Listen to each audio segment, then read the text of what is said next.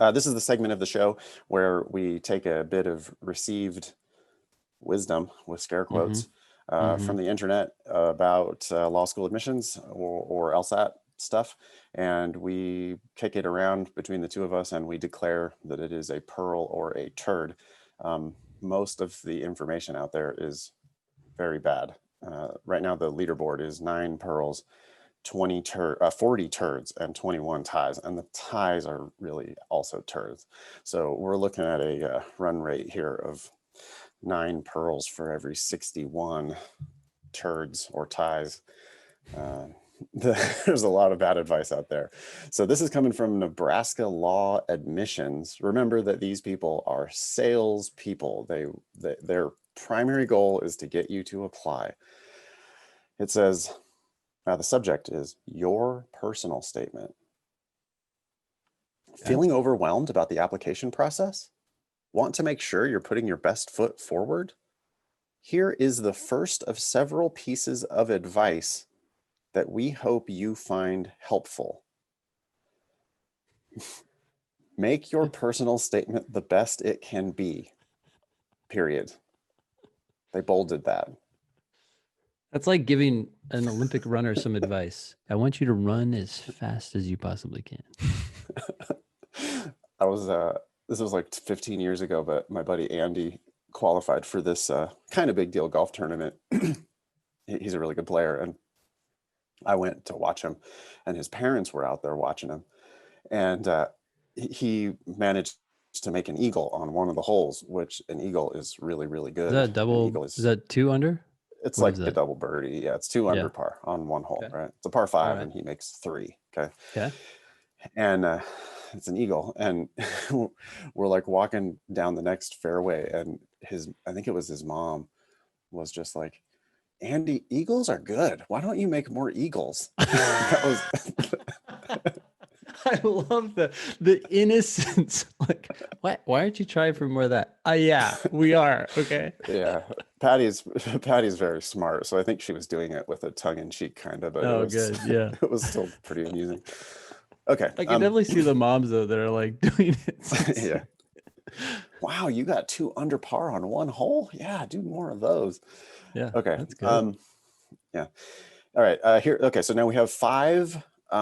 It's a numbered list, which makes me question, why did it say in the previous paragraph, here is the first of several pieces of advice that we hope you find helpful? Boy, that sentence could have just gone, huh? Like, yeah. it wouldn't have done anything. That added nothing to the email. Okay. Number 1. Mm-hmm. Check the guidelines for the school to which you are applying. How many pages should it be? Hint, Nebraska law recommends 2 to 3 double-spaced pages. Nothing wrong with that advice so far. No. You do need to follow the instructions. So yeah, that's rule number 1 of lawyering. It's not exactly like brilliance, but it's a solid bit of advice, I would say. Especially for all the idiots who break it, right? Like if you don't follow their instructions, that's not good. Yeah.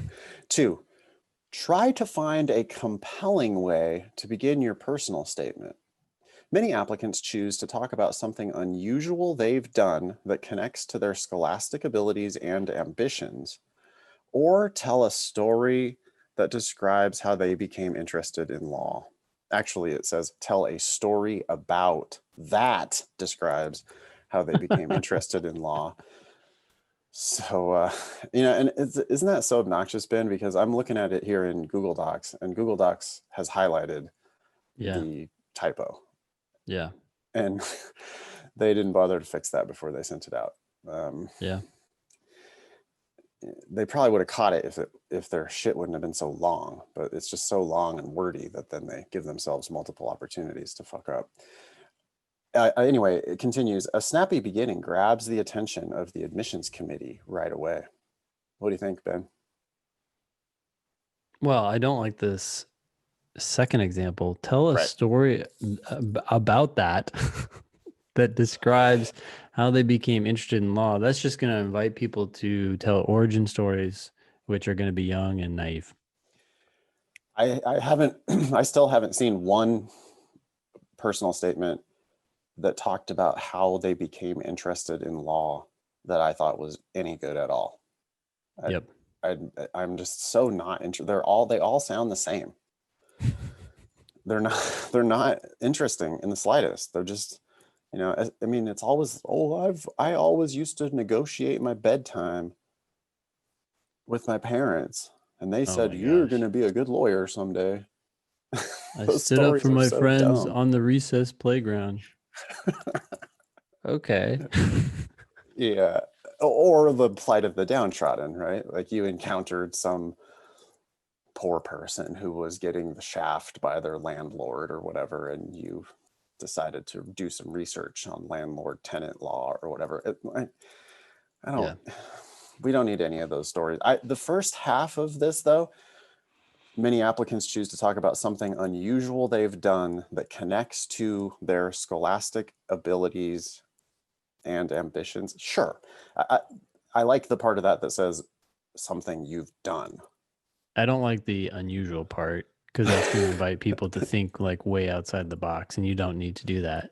Well, I think you specifically don't want to think way outside the box, right? I Yeah. mean, they want people who are going to like go along to get along and dutifully pay tuition for 3 years and not rock the boat. And they want people who are going to go to work in a law firm and be a good worker bee and make a lot of Hmm. money and never question authority. That's Yeah. really what most lawyers are. So that's what they're ultimately looking for. That's the people who pay the bills at the schools, right? Hmm. Okay. Number 3. Next, tell about experiences you've had or classes you've taken that either demonstrated your aptitude for legal studies or reinforced your desire to study law. Think about this part of your personal statement as a substitute for an interview. If you had the chance to tell the admissions committee about yourself, what would you say? Write those things here. This paragraph is like a amalgam of random pieces of advice. It's like one thing is to talk about your aptitude for legal studies. That's a recipe for disaster. Oh, I have what it takes to research and write, blah, blah, blah. Reinforce your desire to study law. Again, that's just inviting people to say anything that anyone could say. Yeah, And then it's asking you to imagine what you'd say in an interview. I mean, this advice is just all over. yeah, it is kind of random. It's supposed to be about you, facts about you. That's what we're looking for. I'm not really inspired. I mean, I love personal statements that talk about projects that you've done, work projects that you've done. It could be a volunteer project that you've done. It could be a school project that you've done, but like sort of like an achievement. Hmm. Classes that you've taken, I don't know, man. We see personal statements a lot, Ben, where it's like, well, and then I took a legal ethics course as an undergrad, Yeah. or like a business law course. I think I took a couple of those in my various and maybe took one in undergrad and maybe one in my master's somewhere. It- I hate to break it to you, but those aren't real law classes. They're like adjacent, but they're not really at all like law school. And you telling me that you took that class, that doesn't really move the needle on my believing in you as a successful law student. Taking a class is inherently passive, right? You You're not. sign up and you sit back and listen. And yeah, you have to get a good grade and that's going to be on your transcript. But I don't know. It's interesting that they're asking about this. I don't know. Different schools, man, they may just be competing for an inkling of legal But like think about what paralysis. they're Yeah. doing here. Yeah. They're not. They don't. I mean, they might think that all of this is good advice, and there are like little kernels of good advice sprinkled in here. Yeah. But what they really want is for you to apply. How do they get you to apply? Well, they make it look easy, like you could do it, right? Mm-hmm. So if you're like a undergrad, you're a senior in college and you're thinking about applying to law school, you read Mm-hmm. this and you go, oh, I can write about classes I've taken. Okay, cool. And then you just like sit down and write your personal statement, which that's what they really want. Yeah. These Nebraska law folks are looking for you to apply to their school. So they're Yeah. giving you, sure, I mean, this is their best advice, but their purpose is to make applying to law school look appealing. That's why they wrote this email in the first place. Yeah. It's a marketing letter. So sure, there might be little kernels of good advice here, but I don't think writing about your classes is, and certainly not why do you want to study law. I really don't buy that. Number 4, it also never hurts to include some things that you know about the school or specific faculty members to show that you've done your research and that you truly want to apply to this school. This is all in caps. A little subtle flattery is always a nice touch. Stating why you want to attend the school to which you are applying is a solid way to wrap up your essay. Oh, geez.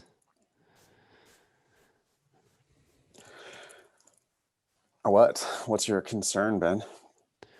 Well, people are gonna just have those generic closing sentences that say, like, for these reasons, this is why I want to apply to X law school, Right, which will best help me accomplish my goals, blah, blah, blah. And right. Or they Google like one fact about the school, and it's like put that into their personal statement. The name of one professor, put that I'm into the excited personal about this statement. clinic, which they then misspell. There would never be any need to do this with a school like Nebraska. I mean, I don't know. I shouldn't be shitting on Nebraska law. I don't know anything about them, but I'm sure they're just a fine Midwestern regional school, right? Mm-hmm. I'm going to lsatdemon.com /estimator. Sorry, not estimator. Scholarships. lsatdemon.com /scholarships. And I'm typing in like a good GPA, 3.5, and a good LSAT score, 166. And Cool. I'm hitting submit. And I'm looking for Nebraska. There it is. University of Nebraska Lincoln, ranked 76th in the country. According to our scholarship estimator, they will give you a full ride with your 3.5 and your 166. I don't think you need to flatter them. I think you need to show up with good numbers. Yeah. Like, because if you don't show up with good numbers, it's not going to work out so well for you. With a 156 for the exact same school, scholarship unlikely, actual cost $38,000 a year. That's a clear, there's one thing you can do. You can work your ass off on the LSAT and you can improve from 156 to 166, and you can get yourself a full ride to a school like Nebraska. And you can apply to 10 other competing schools, and you can use the exact same personal statement for every single one of those schools. And you do not need to name them. You do not need to flatter them. If you do, if you're the type of person who's going to barely squeak in because you've shown them that you're truly interested in this school, they're going to say, sure, welcome, you're admitted. And they're going to give you no scholarship. And, Yep. and that's not what we're about here at Thinking LSAT and the LSAT Demon. We want you to go to that school. Sure. If you're interested in going to school in Lincoln, Nebraska, go to Lincoln, Nebraska. Yeah. But if you pay tuition at that school, you're making a huge mistake. Yep. No reason to do that. Okay, 5. Finally, it says, edit and polish your statement. Look for words you can cut to tighten your writing. Do a scan for repeated words. Check and double check for grammatical and spelling errors. Then have someone you trust give you feedback. That might be a pre-law advisor, professor, or someone from your career services office. I can't disagree with any of that advice. I was thinking as you read it that this person need to apply the same advice to their own email. But Yeah. other than Yeah. that, I mean, yeah, this is good stuff. You should talk to people. I don't know about this last group, pre-law advisors, professors, or someone from your career services office. I'm afraid they're going to give you bad advice, but at the same time, I'm not opposed to people like just hearing what other people have to say. You just have to be good at deciding what's the real takeaway. What are they really saying? And I I, don't know if people are good at that. I would I would get I would get feedback from somebody who's going to be a dick about it. Yeah. Like who, and so that's what we do on the show when we read people's personal statements, right? We just shred the shit out of it, but that's because it needs to be shredded. I mean, I, Yeah. I think you want your most hypercritical friend, like, and somebody who, your friend who thinks they're the shit at writing and they actually Hmm. are, and Hmm. who is not going to pull any punches on Yeah. how bad your personal statement is. And I just don't think that, you know, pre professors, like, I think your professors are mostly going to just be like, oh God, this is an obligation. I'm busy. I got a million other things to do. I'll do it to you do it for you as a favor. I don't know that pre-law advisors are particularly qualified. Like, I don't know Yep. that they're critical enough. I don't know that they're good enough writers to really be giving that kind of advice. Same thing with career services. I don't know.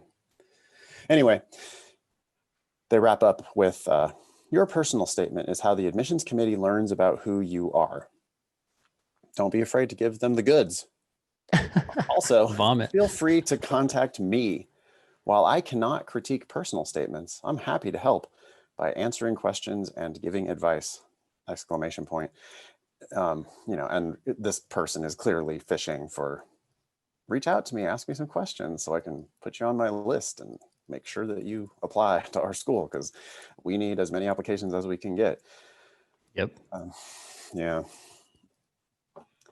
It's not particularly egregious, Ben, but I'm voting turd.